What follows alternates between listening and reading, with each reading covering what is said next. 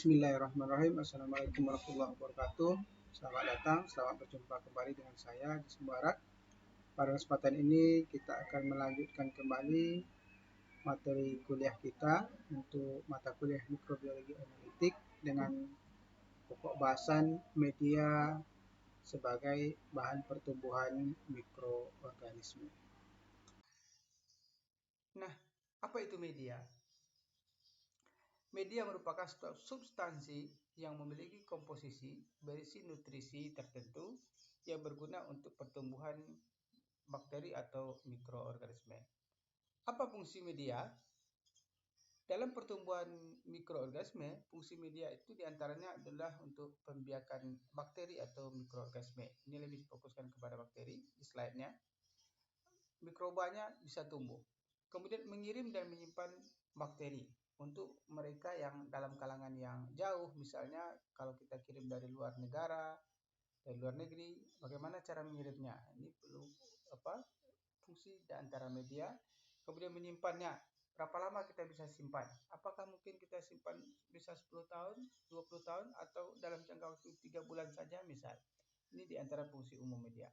Kemudian mempelajari sifat koloni bakteri, kemudian pertumbuhan mikroorganisme atau mikrobiologi, kemudian mempelajari sifat biokimianya, mempelajari sifat fisiologisnya, dan perhitungan jumlah mikroba.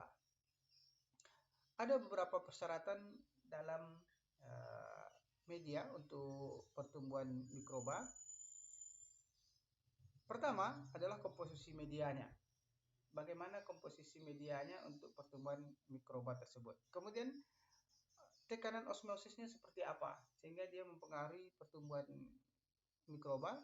Kemudian pH-nya seperti apa, tingkat keasamannya, temperaturnya juga seperti apa, kemudian sterilitas. Nah, kita masuk di komposisi. Komposisi media secara umum dipandang dari sudut kimianya atau aspek biokimianya. Komposisi umum dari media itu terdiri di karbon. Harus mengandung karbon, kemudian nitrogen, sulfur alias belerang, fosfat, vitamin, dan bahan penunjang lain seperti ekstrak daging atau ragi.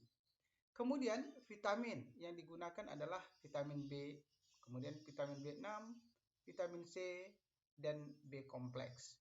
Vitamin digunakan untuk mengaktifkan enzim yang ada di dalam mikroba tersebut sehingga dia bisa berfungsi, kemudian bisa tumbuh. NaCl digunakan untuk menaikkan tekanan osmosis dan keseimbangan fisikokemistri sel bakteri, di samping digunakan sebagai elemen mikro. Nah, untuk NaCl ini punya ambang batas tertentu. Tidak boleh terlalu banyak, tidak boleh terlalu sedikit. Karena dia merupakan elemen mikro atau elemen yang dibutuhkan sangat sedikit. Kemudian ini dia di antara bahan-bahan yang terdapat pada medianya, komposisi medianya. Yang pertama, media yang ada atau komposisi dari media untuk pertumbuhan mikroba itu mengandung bahan utama yaitu agar. Agar yaitu suatu bahan yang sulit didegradasi oleh mikroba yang pada umumnya dan mencair pada suhu 45 derajat Celcius. Kemudian ada gelatin yaitu polimer asam amino yang diproduksi dari kolagen, serat kolagen. Banyak mikroba yang dapat mendegradasi atau menguraikan gelatin dibandingkan dengan agar. Nah, ini bahan komposisinya. Kemudian bahan yang ketiganya adalah silika gel atau natrium silikat, yaitu sebagai bahan pemadat media bagi mikroba, terutama autotrof obligat. Kemudian air tentunya untuk sumber pelarut bagi media untuk mikroorganisme. Kemudian komposisi sebagai penyubur. Ada beberapa mikroba atau mikroorganisme untuk tumbuh dengan baik harus ditambahkan media tertentu agar dia bisa tumbuh, seperti darah misalnya, serum, logam, baik dari garam anorganik atau anorganik, terutama bakteri yang atau mikroba yang membutuhkan ion logam untuk pertumbuhannya. Sebagai trace elemen atau elemen mikro seperti Ca, Mn, Na, Mg, Zn, Co, Fe, dan Cu. Ini beberapa di antara komposisi dari penyubur pada media. Nah, ini mikronutrien atau beberapa trace elemen atau elemen yang sangat dibutuhkan oleh mikroba untuk pertumbuhannya, tapi dia sangat sedikit. Contoh adalah boron, krom. Boron berfungsi sebagai autoinducer dalam quorum sensing di dalam bakteri. Quorum sensing ini berfungsi dalam proses di mana dia akan membentuk koloni tertentu bakteri. Sehingga dengan seperti ini, dengan ketersediaan unsur boron akan memancing untuk terbentuknya quorum sensing, membentuk reaksi, menciptakan reaksi sehingga bakteri tersebut bisa membentuk koloni atau membentuk quorum sensing.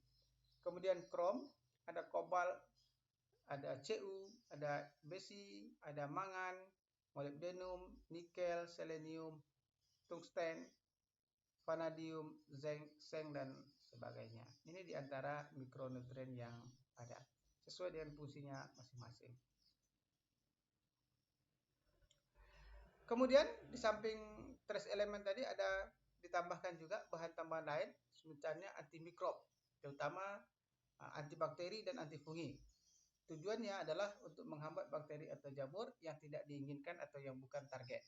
Artinya ketika ditambahkan misalnya antimikroba atau fungi, maka zat atau mikroba tertentu dia tidak akan tumbuh, hanya mikroba yang diinginkan saja yang bisa tumbuh. Kemudian bahan penghambat lain berupa bile salt dan natrium selenin, kemudian senyawa indikator untuk mendeteksi adanya perubahan warna seperti media pada uji fermentasi karbohidrat, kemudian phenol red, neutral red, dan brown thymol biru. Ini langkah berikutnya, pengaruh berikutnya yaitu tekanan osmosis. Tekanan osmosis mempengaruhi terhadap pertumbuhan mikroorganisme.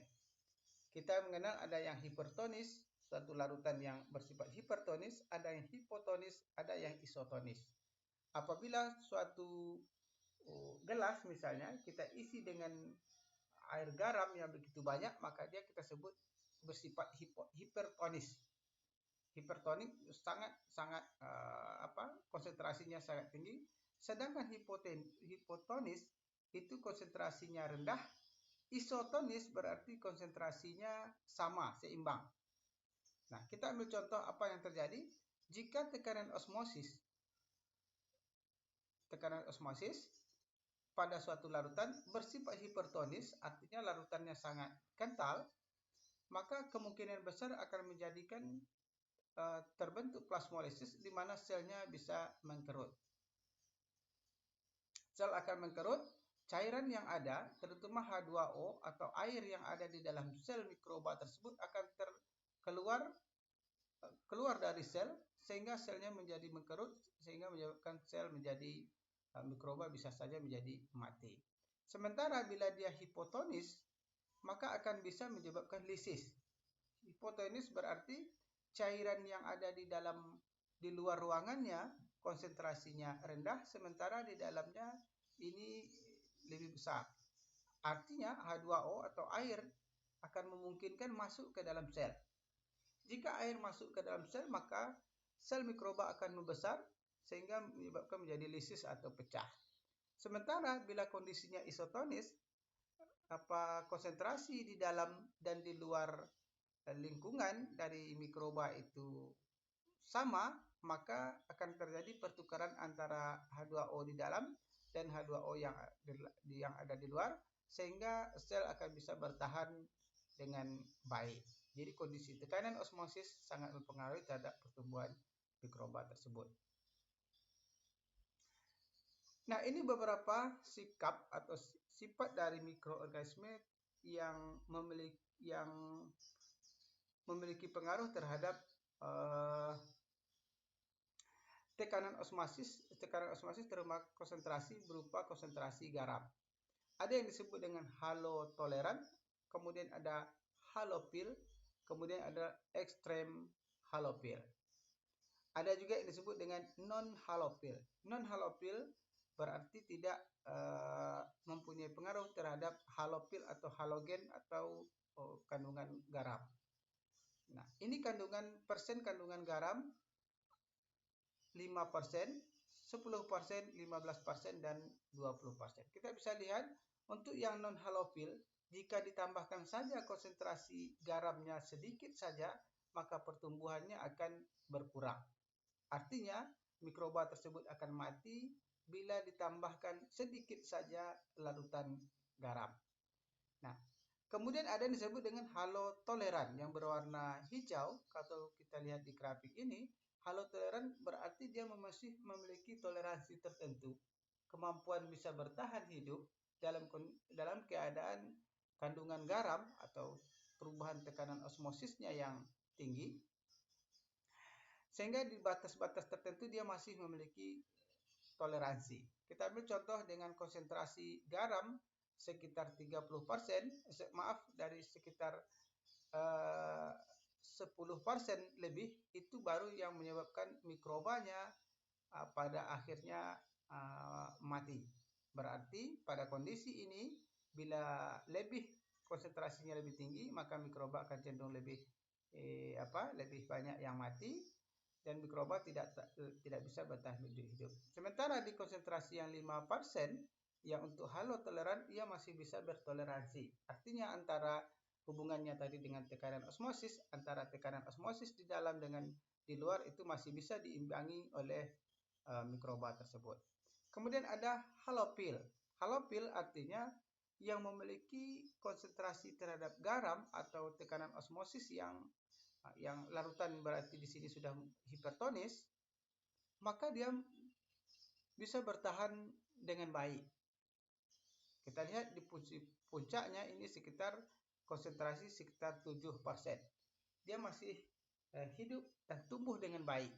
Berbeda dengan yang halotoleran, semakin lama, semakin seiring pertambahan kadar garam, maka jumlah bakteri yang akan semakin berkurang. Sementara yang halofil di konsentrasi garam dengan tekanan osmosis yang sudah mulai hipertonis, dia bisa mencapai puncak pertumbuhannya, yaitu di konsentrasi sekitar 7%. Namun, bila lebih dari itu, maka juga akan mengalami pengurangan jumlah mikroorganisme.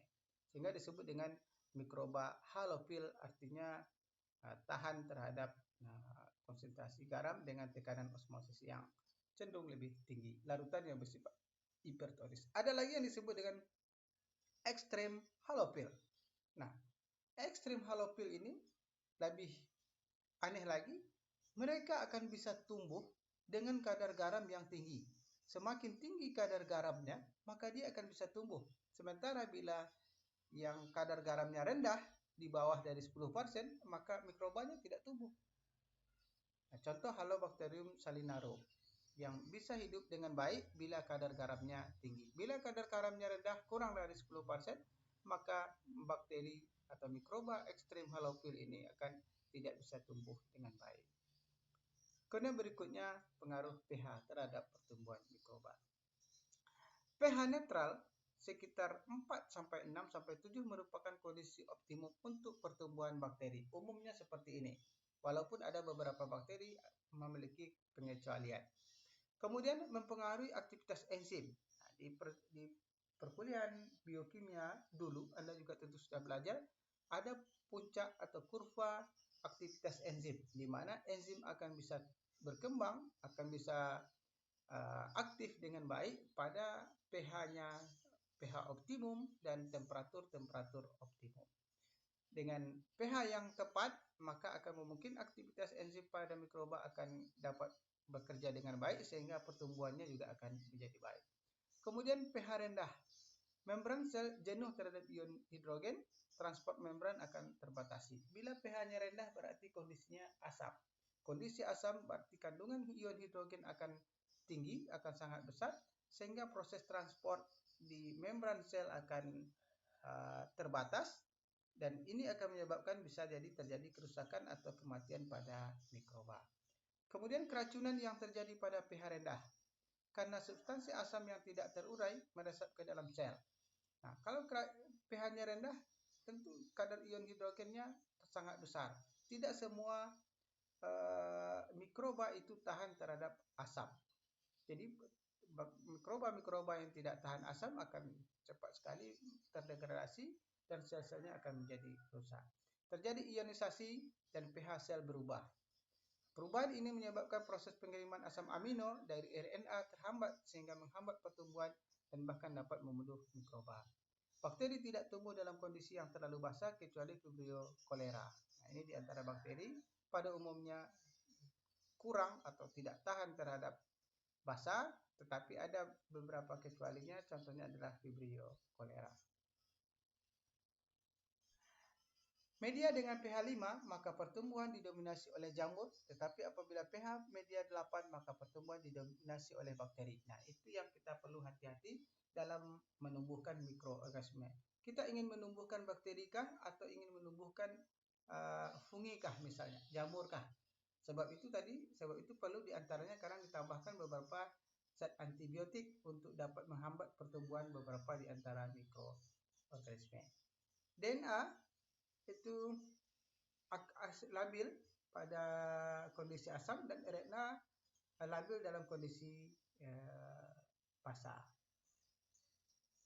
Kelompok bakteri atau mikroba berdasarkan pH-nya dapat dibagi menjadi 3 kelompok. Ada yang disebut dengan acidofil dalam berdasarkan pH-nya atau tingkat keasamannya, yaitu kelompok mikroba yang dapat hidup atau tumbuh dengan baik pada pH 2,0 sampai 5,0. Bakteri acidofil atau mikroba acidofil berarti yang tahan terhadap kondisi asam atau pH yang rendah. Kemudian ada mesofil atau neutrofil, yaitu mikroba yang dapat hidup pada pH antara 5,5 sampai 8, neutrofil atau mesofil, dalam kondisi netral. Kemudian alkalifil, kelompok mikroba yang dapat hidup pada pH yang alkali atau yang bersifat basah, di antaranya kisarannya antara 8,4 dan 9,5. Nah, ini pembagiannya. Ini contoh bakteri atau mikroba yang bisa hidup di beberapa kondisi berdasarkan pH. Ada yang neutrofil tadi atau kondisi netral, contohnya adalah E. coli. Kemudian acidofil, misalnya yang di bawah 5,5 dalam kondisi asam pada pH 1 misalnya Micropillus ocyme. Nah, ini bisa tahan atau hidup di pH yang sangat asam, yaitu pH 1. Kemudian yang hidup di pH yang tinggi. Nah, contohnya adalah ini di pH 10 Nitrobacterium gregorii. Nah, di antara yang tahan terhadap kondisi basah.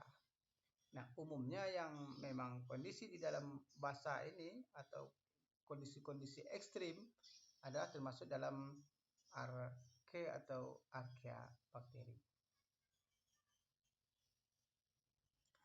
Nah, ini berdasarkan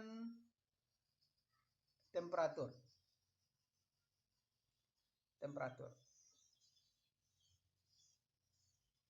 Nah, ada yang temperaturnya rendah, ada yang temperaturnya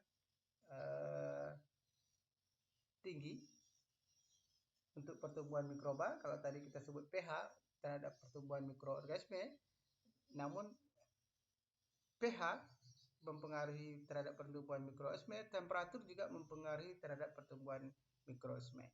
Ada yang bisa hidup di suhu yang rendah, ada yang bisa di suhu yang tinggi, ada yang di suhu sedang saja. Nah, berdasarkan temperaturnya, kita juga bisa membagi mikroba dalam beberapa sisi. Ada yang skropil, yaitu mikroba yang bisa atau hidup di kondisi pH ya, di kondisi temperatur yang rendah, dalam suhu yang rendah antara 0 sampai 12 derajat Celcius. Contohnya Polaromonas vacuolata bisa hidup di suhu rendah, suhu yang cenderung daerah yang bersalju, di suhu yang dingin kan begitu. Kemudian ada mesofil, suhu pertengahan. memiliki suhu pertumbuhan optimumnya sekitar 99 derajat Celcius. Contohnya adalah E. coli yang terdapat pada banyak tubuh manusia. Kemudian termofil, bakteri yang hidup atau tahan terhadap panas, memiliki suhu temperatur maksimumnya sekitar 61 atau 62 derajat Celcius. Ada lagi bakteri disebut dengan hipertermofil yang tahan lebih ini lagi daripada suhu yang lebih tinggi lagi, dengan puncak suhu ketahanannya bisa bertahan hidup di suhu 88 derajat Celcius. Dalam suhu 88 derajat Celcius ini, dia pertumbuhannya sangat bagus sekali. Sementara itu ada lagi bakteri yang disebut atau mikroba yang disebut dengan hipertermofil. Hiper berarti sangat tahan terhadap kondisi panas. Contohnya adalah Pilobolus fumari. Bisa atau tumbuh dengan baik pada suhu sekitar 106 derajat Celcius. Anda bayangkan pada suhu 6 derajat Celcius, pada kondisi ini air sudah mendidih. Di kondisi air mendidih, dia tumbuh dengan sangat baik. Kita lanjutkan dengan penggolongan media. Ada 3 step yang akan kita bahas, yaitu konsistensi media, kemudian susunan dan komponen yang digunakan, dan fungsi media tersebut. Nah, berdasarkan sifatnya, konsistensi dari media itu ada yang disebut dengan media cair, kemudian ada semi solid atau semi padat, ada yang disebut dengan solid atau padatan. Jadi ada 3 media.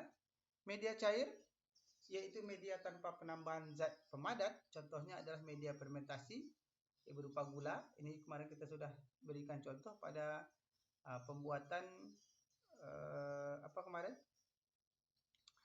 IM4, melarutkan atau pembuatan pengaktifan IM4. Kemudian ada semi solid.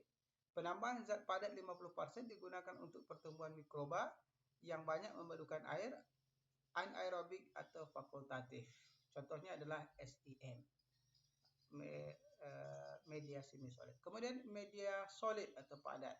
Media dengan penambahan zat pemadat, media umum pertumbuhan bakteri heterotrof, contohnya adalah MEG, kemudian BAP.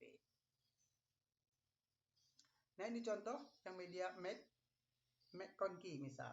Kemudian BAP, ada simon citrat, ada begitu banyak media yang digunakan. Ada yang media tergantung dari pertumbuhan mikroba tersebut. Lebih dari 60 jenis media yang digunakan untuk pertumbuhan mikroba. Hanya berdasarkan bentuknya kita bisa bagi menjadi 3 kategori, ada yang cair, ada yang semi solid, dan ada yang solid.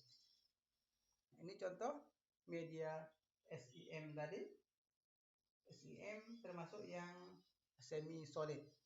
Dikatakan padat tidak, dikatakan tidak menyerupai padat.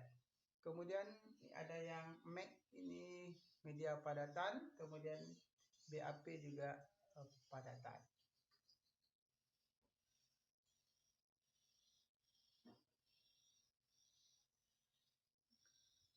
Susunan atau komponen yang digunakan.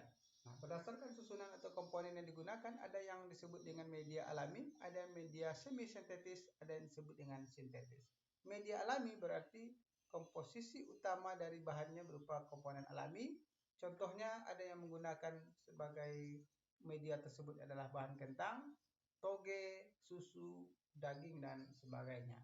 Kemudian media semi sintetis yang komponen penyusunnya terdiri bahan-bahan alami dan sebagiannya ditambahkan dengan bahan sintetis. Contohnya adalah kaldu nutrien.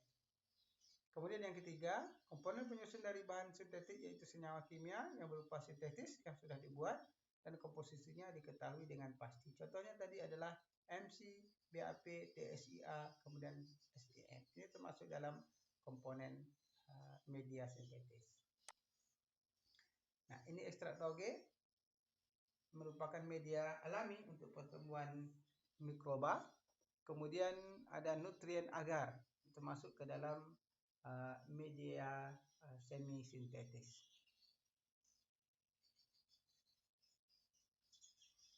Berdasarkan fungsinya, media bisa kita bagi beberapa kategori. Ada yang disebut dengan media basal atau media umum, kemudian media pengaya, ada media selektif, ada media diferensial, ada media penguji atau elektif, kemudian ada media perhitungan.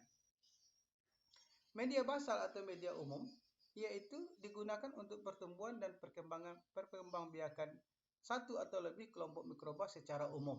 Jadi secara umum bila diberikan kepada mikroba, maka mikroba akan tumbuh dengan baik pada umumnya, sehingga disebut dengan media basal atau media umum.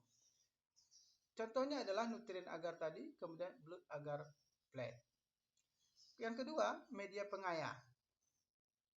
Dipergunakan dengan maksud memberikan kesempatan terhadap satu jenis atau kelompok mikroba untuk tumbuh dan berkembang lebih cepat dari jenis atau kelompok lainnya yang sama-sama berada di dalam satu bahan. Misalnya ada beberapa mikroba, anggaplah bakteri gitu, di dalam suatu plate agar, misalnya seperti ini.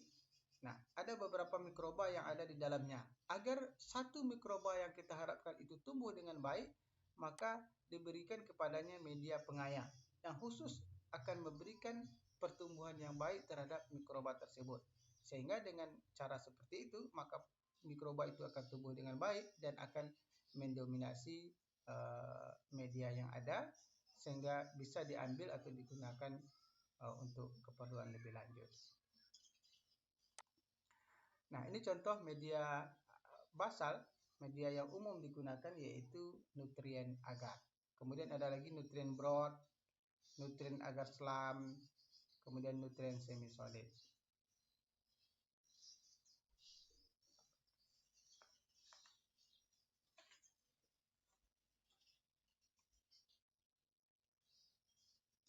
Kemudian kita lanjutkan berikutnya media selektif. Media selektif, media yang hanya dapat ditumbuhi oleh satu atau lebih jenis mikroba tertentu, tetapi akan menghambat atau mematikan untuk jenis-jenis yang lainnya. Nah, berbeda dengan yang tadi. Kalau tadi, media yang digunakan itu hanya memancing agar pertumbuhan media pengaya tadi, dia akan memancing supaya organisme tersebut tumbuh satu di antara mikroorganisme yang begitu banyak di dalam media. Sementara untuk media selektif, dia hanya menseleksi hanya dapat ditumbuhi oleh satu atau lebih jenis mikroba tertentu, tetapi akan menghambat yang lain. Yang lainnya terhambat atau tidak dapat tumbuh. Berbeda dengan yang tadi, yang pengaya, yang lainnya tidak terhambat, tetapi tidak tumbuh dengan baik karena kekurangan atau kecukupan nutrisinya tidak tersedia. Berbeda dengan media selektif, diseleksi hanya beberapa media saja, beberapa mikroba saja yang diharapkan akan tumbuh.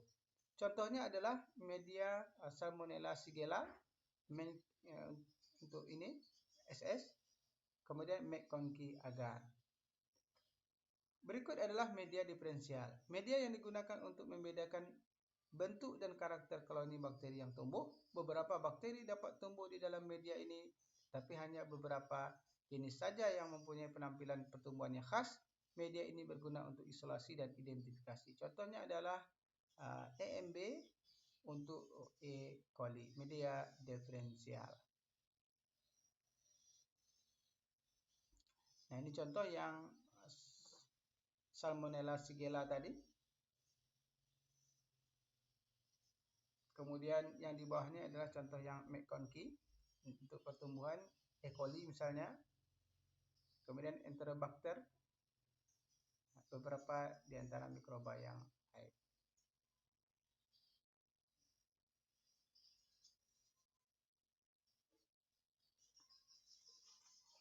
Lanjut berikutnya media penguji atau media elektif.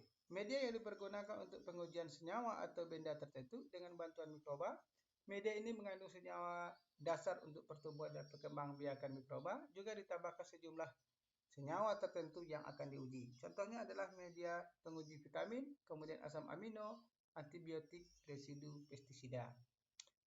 Kemudian media perhitungan digunakan untuk menghitung jumlah mikroba pada suatu bahan. Media ini dapat berbentuk media umum, media selektif, media diferensial, atau media penguji. Contohnya adalah PCR. Ini contoh.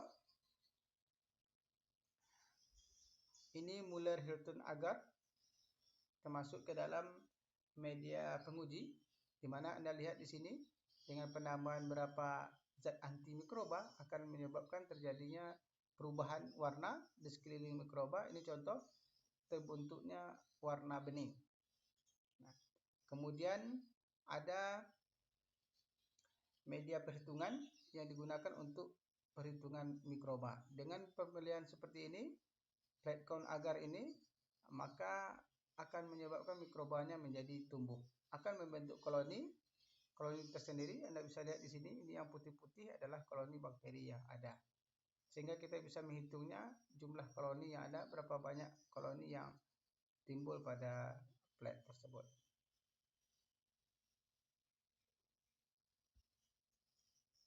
Kemudian pembuatan media. Ini beberapa pembuatan media, kitnya. Ada pada umumnya itu sudah ada komposisi tersendiri pada medianya. Kita tinggal beli. Beberapa media yang tidak bisa dibeli tentu kita bisa buat sendiri. Untuk panduannya bisa menggunakan buku Handbook of Microbial Media edisi keempat. Ini contoh nutrien agar 1,5%. Komposisinya terdiri dari agar 15 gram, natrium klorida 8 gram, kemudian pancreatic digest of gelatin ada 5 gram, kemudian beef extract ada 3 gram. pH-nya 7,3 pada suhu 25 derajat Celcius. Ini contoh di antara media yang digunakan untuk pertumbuhan mikroba. Kita akan berikan contoh nanti bagaimana cara membuat media melalui video nanti. Nah, ini media plate, kemudian dengan menggunakan tabung. Kalau plate berarti kita tebarkan di cawan petri sehingga dia tersebar secara merata. Sementara kalau tabung, dia tentu kita harus tegakkan agar dia tumbuh dengan baik. Ini contoh. Ini sebelum, kemudian ini setelah dilakukan pembuatan media dengan baik. Ini langkah-langkah dalam pembuatan media. Pertama tentu adalah bahannya kita timbang dulu. Setelah timbang kita larutkan dengan pelarut, umumnya adalah air. Kemudian dilakukan sterilisasi supaya tidak ditumbuhi dengan mikroba lain. Tidak ada mikroba di dalamnya yang bisa tumbuh. Kemudian baru dituang. Setelah tuang, masukkan ke dalam wadah atau dibungkus. Kalau wadahnya adalah plate, maka kita gunakan plate. Kalau wadahnya tabung tentu adalah menggunakan tabung.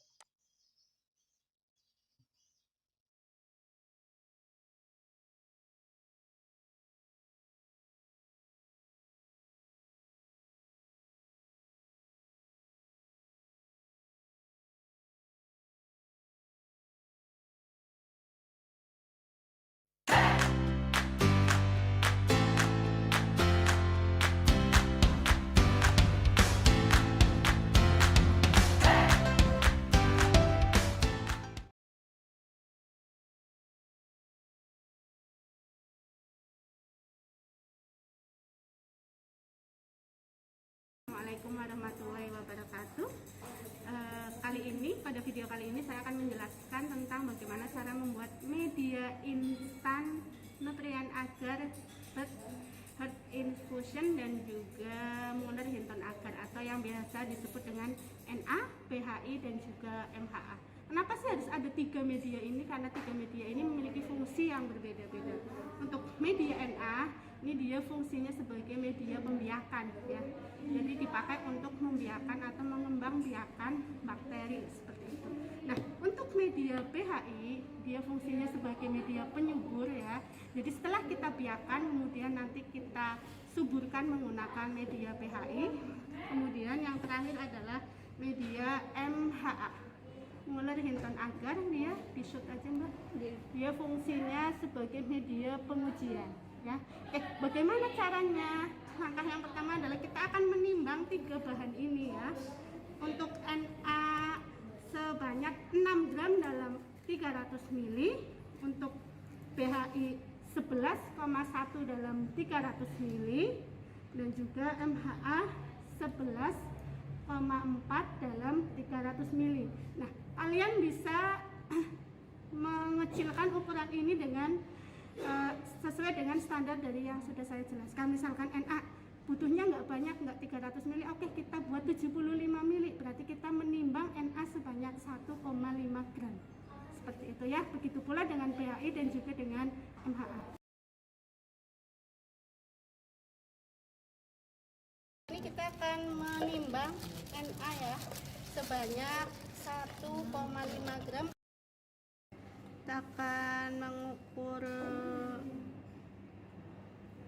Aquades sebanyak 75 ml. Kita masukkan ke dalam bakar gelas ya, untuk kita panaskan seperti itu.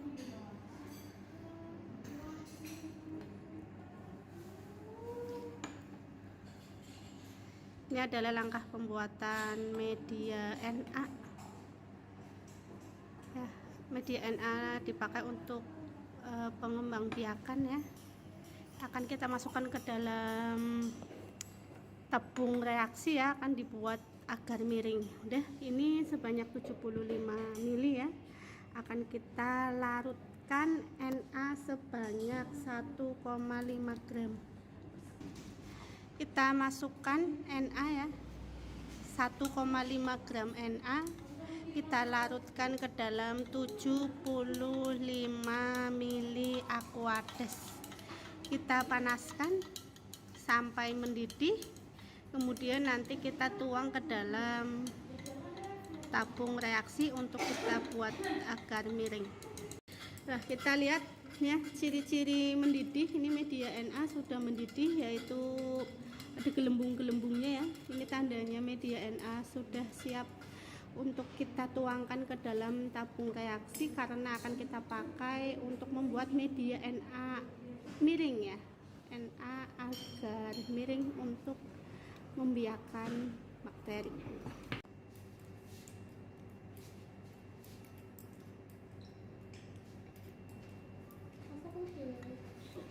Ya, kira-kira segini ya, karena nanti akan kita miringkan seperti ini ya. Kita akan membuat media agar miring, jadi nanti kita akan miringkan posisinya seperti ini setelah kita sterilisasi. Jadi kira-kira setinggi ini ya. Satu lagi sama ya. Oke, selesai. Ini adalah media Na yang tadi setelah kita didihkan kemudian kita masukkan ke tabung reaksi. Nah, dari sebelum kita masukkan ke dalam autoclave perlu kita tutup menggunakan ini ya, menggunakan kasak ya. Jadi pakainya adalah kapas ya. Kita taruh kapas, kita bulatkan kapas ya. Kemudian kita taruh di kasak, kemudian kita buntel seperti itu ya. Kemudian kita masukkan ke sini. Usahakan agar rapat ya, agar rapat betul ya. Jadi tidak ada udara di sekitar tutup dari tabung reaksi yang kena udara seperti itu. Setelah kita tutup seperti ini ya, setelah kita tutup seperti ini, kemudian kita pakai aluminium foil untuk menutup, jadi benar-benar rapat ya, seperti ini. Kita tutup ya, usahakan rapat semua, rapat ya, seperti itu. Nah, setelah seperti ini baru kita taruh di autoclave untuk disterilkan.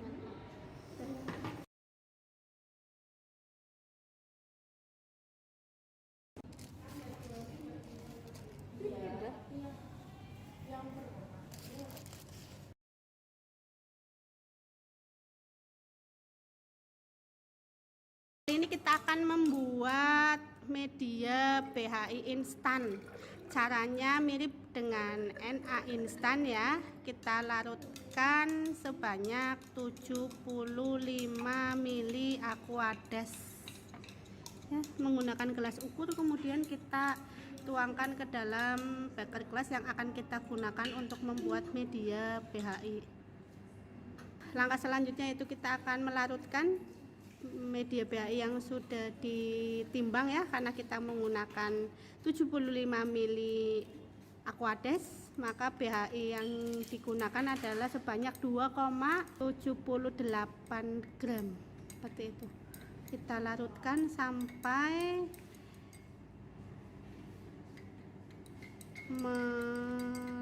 larut ya dan mendidih. Media BHI itu cair ya bentuknya, jadi dia tidak akan menggumpal meskipun dibiarkan begitu aja. Sama kita masukkan ke dalam tabung reaksi ya.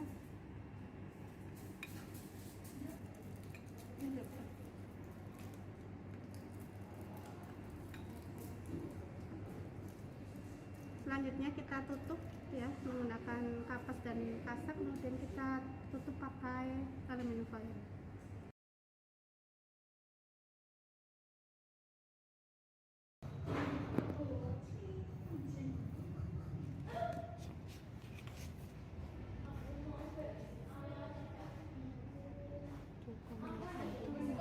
Kali ini kita akan membuat media MHA Mueller Hinton agar. Prosesnya bersama dengan media NA dan juga BHI. Kita akan menggunakan Aquades sebanyak 75 ml ya. Kemudian kita akan tuangkan ke dalam beker gelas.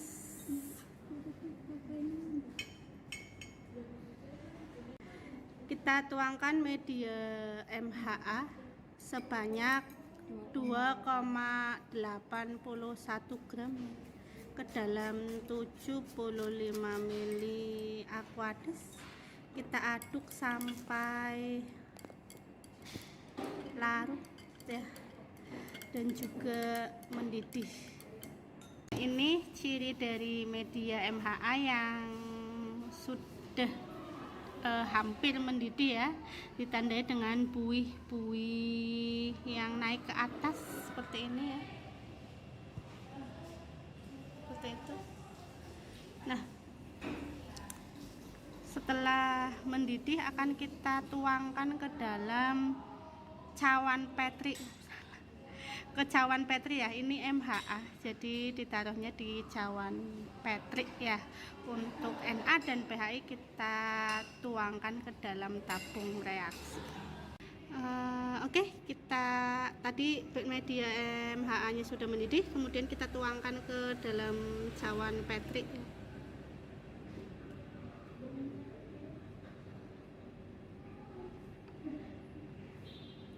Separuh ya, separuh dari cawan Petri ya.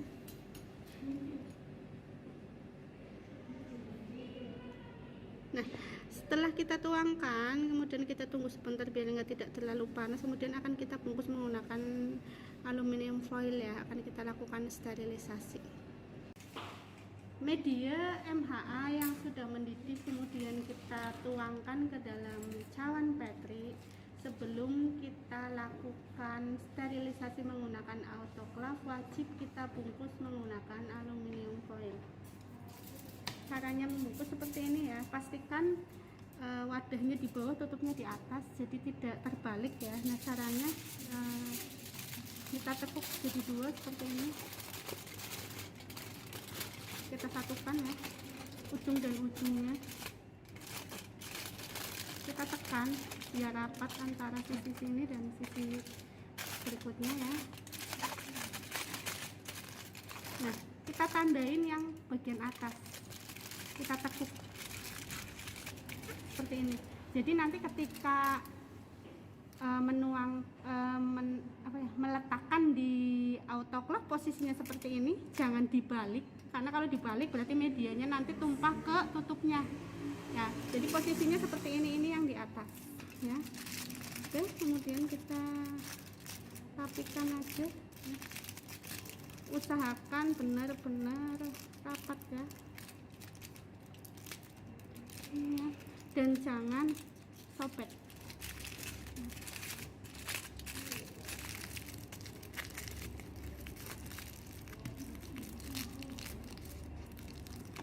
Seperti ini. Jadi nanti ketika meletakkan di autoclave posisinya seperti ini. Ini tadi medianya yang sudah siap untuk kita sterilkan, posisinya seperti ini ya.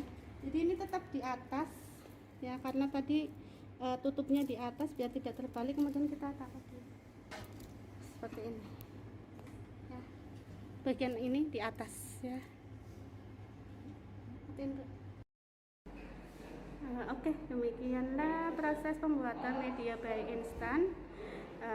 Selamat mencoba dan tetap semangat ya. Assalamualaikum warahmatullahi wabarakatuh.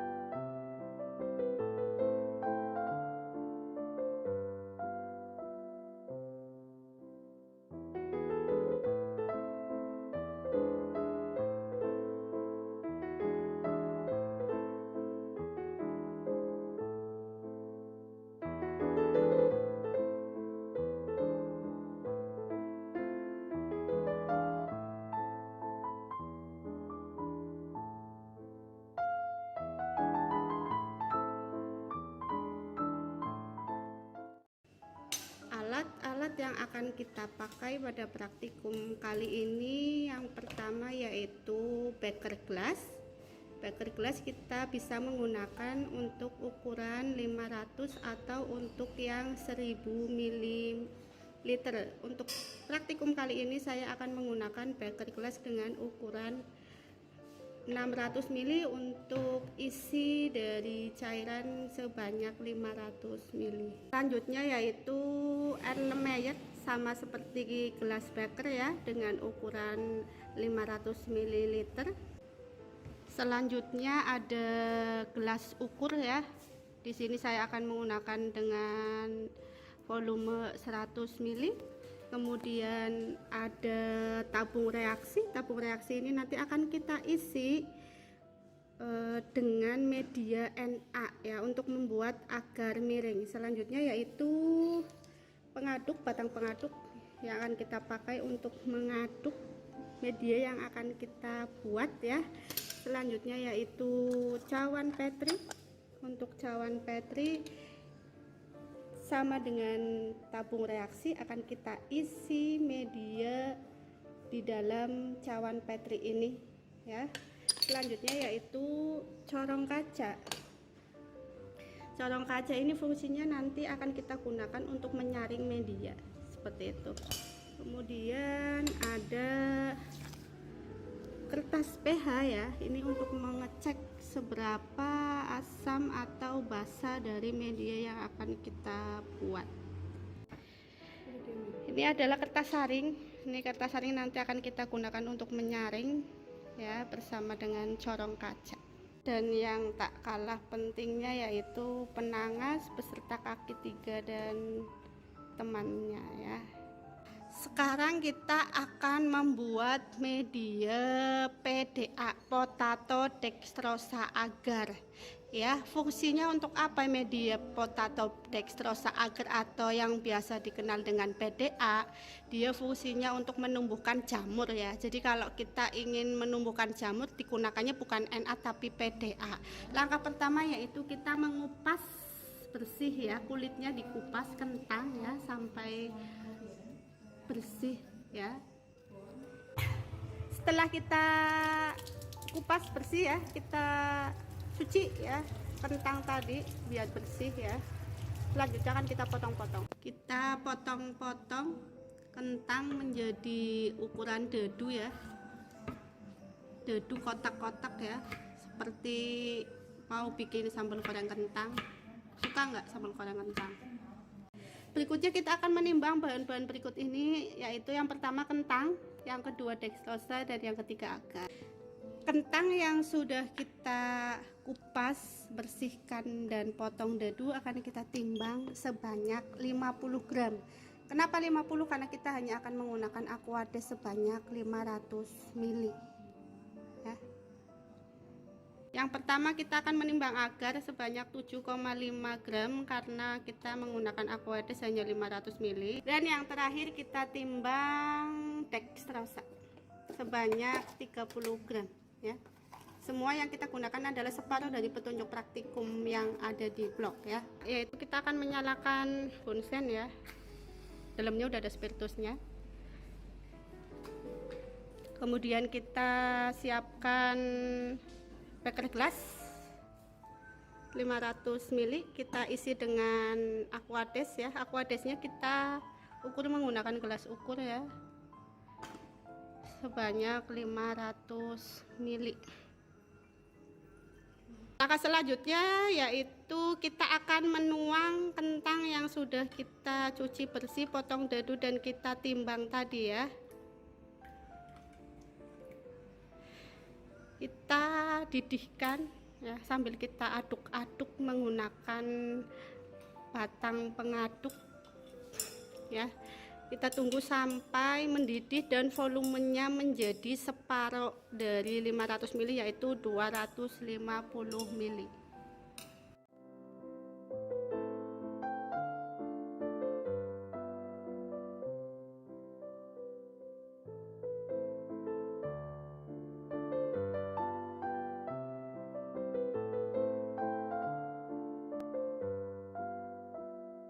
Akan menambahkan Aquades sampai volumenya menjadi 500 ml.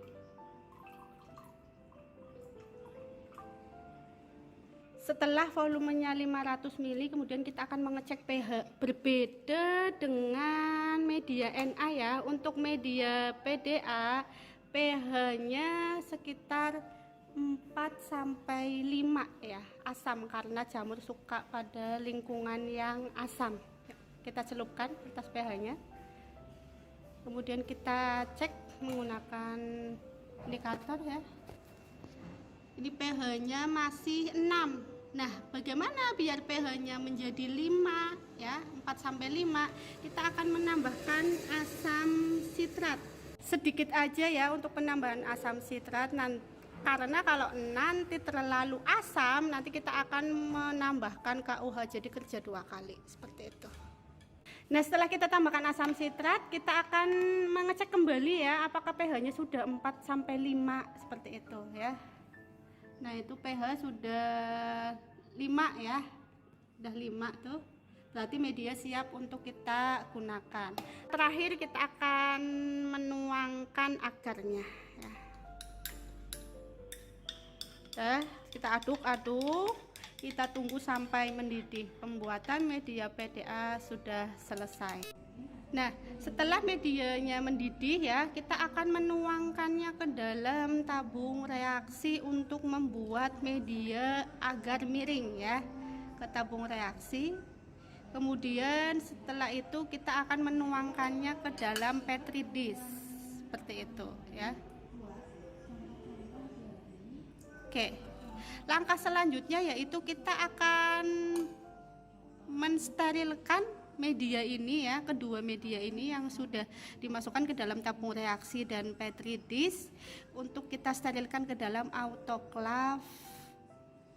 Media yang sudah kita tuang ke dalam tabung reaksi dan cawan petri kita siapkan untuk mensterilkan ke dalam autoclave. Jadi petri disknya tadi yang sudah ada isinya media, kita bungkus menggunakan aluminium foil seperti praktikum kemarin yang sudah saya jelaskan. Nah, untuk yang di dalam tabung reaksi bagaimana? Seperti ini caranya ya. Jadi tabung reaksi yang sudah kita masukkan media, kemudian kita tutup ujungnya menggunakan kapas, kita masukkan ke beker gelas dan kita masukkan ke dalam plastik ya.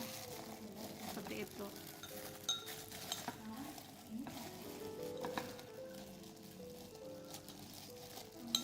Oke, selanjutnya kita akan masuk ke dalam autoclave. Kita masukkan ke dalam autoclave.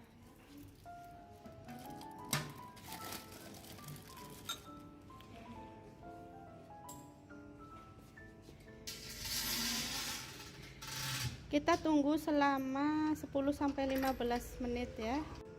Setelah 10-15 menit kita buka tutupnya dan media siap untuk kita gunakan untuk praktikum. Setelah media keluar dari autoclave ya, langkah berikutnya akan saya ajarin bagaimana cara membuat agar miring. Caranya semua dilakukan di dalam enkas ya, ini enkas ya. Ruangan aseptik ya, jadi semua sebelum dipakai ini ruangannya sudah disemprot menggunakan alkohol 70%, kemudian di dalam ruangan ini juga dinyalakan nyala api biar tetap kondisinya steril seperti itu. Nah, media Na atau PDA yang sudah disterilkan dalam autoclave akan kita buat agar miring. Caranya yaitu tinggal meletakkan di seperti ini aja ya, tunggu sampai media memadat. Ini media yang sudah jadi ya, sudah steril ya. Perhatikan agar miringnya ya, bentuknya seperti ini. Tadi sudah saya kasih tahu caranya buat agar miring seperti itu.